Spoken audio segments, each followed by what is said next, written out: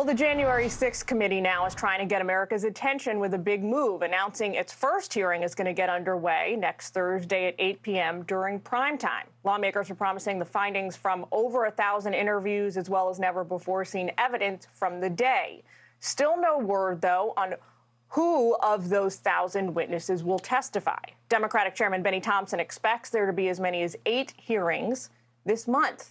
Now, the committee has also issued subpoenas to 5 sitting GOP House members, none of which have committed to cooperating. House Minority Leader Kevin McCarthy and Congressman Jim Jordan were both subpoenaed. Both say Democrats are weaponizing this committee. Listen. My position has not changed on this committee.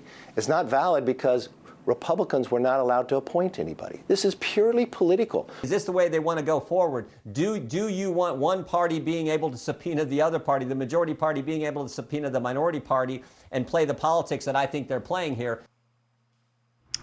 Let's bring in Tammy Bruce. She's the host of Get Tammy Bruce on Fox Nation. So, Tammy, they're trying to grab some headlines here, right, with rolling out the first hearing, which is understandable. They've been plugging at this, for well over a year now.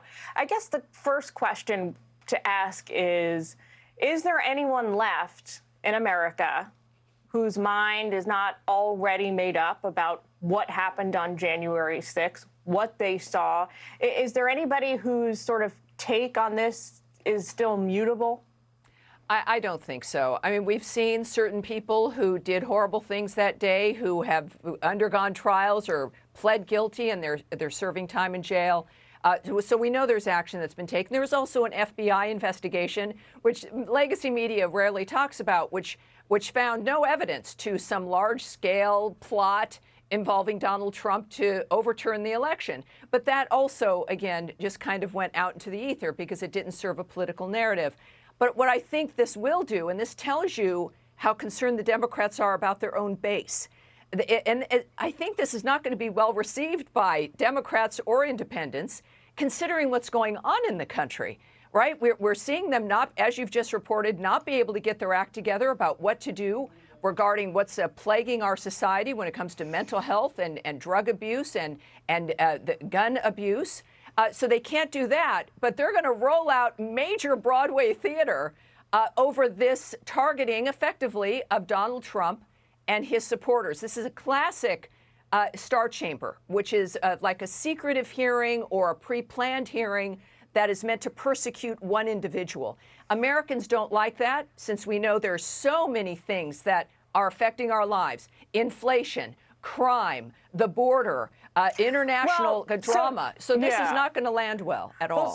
So to this point, Tammy, the Republican Party writ large, Trump supporters and non, say they want to put the events of January 6th behind them. They don't want to litigate this anymore. They don't want to argue in the media about this anymore. Is there any pressure on these 5 GOP House members to put forth some of this exculpatory evidence they say is in abundance so that everybody could see for themselves that there is, nothing going here and then the country could move on? Well, I've just noted that for a year, over, a certain extended period of time, that's been discussed. I mean, we've heard about these things to some degree, but when you begin to participate in a pre-planned, a prejudged end result, which is what many people see this as being, you have Cheney and Kinzinger on this panel. They certainly didn't come in with a commitment to fairness and an open mind. They've been very vocal about their loathing of Donald Trump and his supporters. So everybody knows the American people are very smart.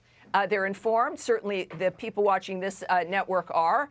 And they see this for what it is. Remember the Mueller hearing. The Democrats put a lot of investment into that, thinking that was going to be the punch that, nailed Donald Trump. That did not work well for the Democrats.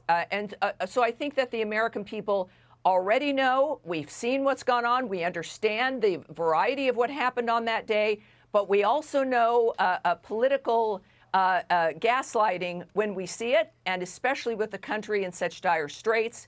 The timing is bad. It smacks and smells of desperation, and the American people want work done. They don't want theater.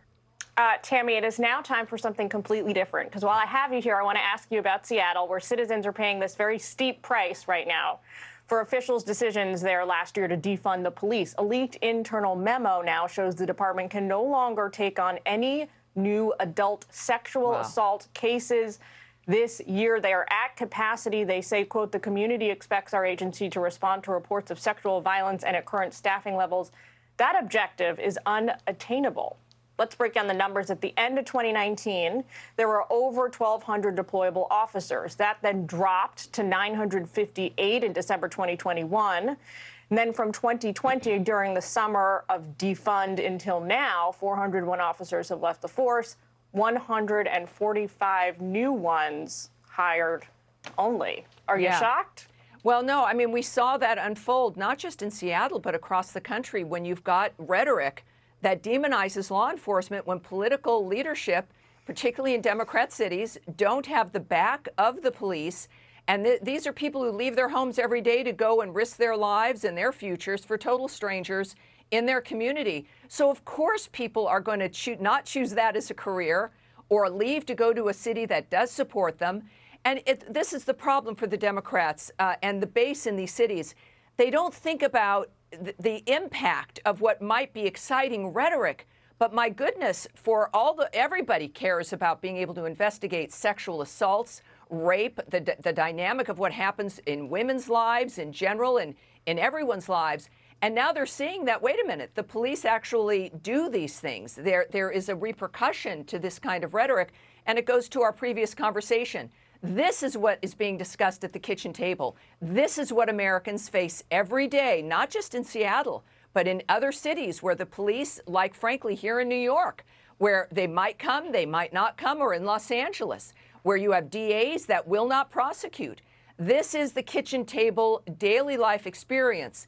And now we're getting the background experience of the fact that, it's one thing to not have an officer be able to respond.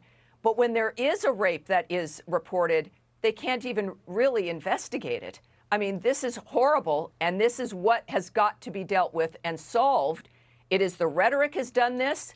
The lack of funding has done this. They've effectively defunded many departments by rerouting money. Right. And this is what Americans see Democrat leadership doing. And it's why they're going to be in such trouble in November across the board. The rhetoric, which then led to the movement, which then led to the action, which was the policy action of defunding. All right, Tammy, Correct. we got to leave it there. Thank you, ma'am. But thank you so much for joining us. We appreciate it My as pleasure. always. Hey, it's Will Kane. Click here to subscribe to the Fox News channel on YouTube. It's the best way to get our latest interviews and highlights. And click to subscribe to the Will Kane podcast for full episodes right now.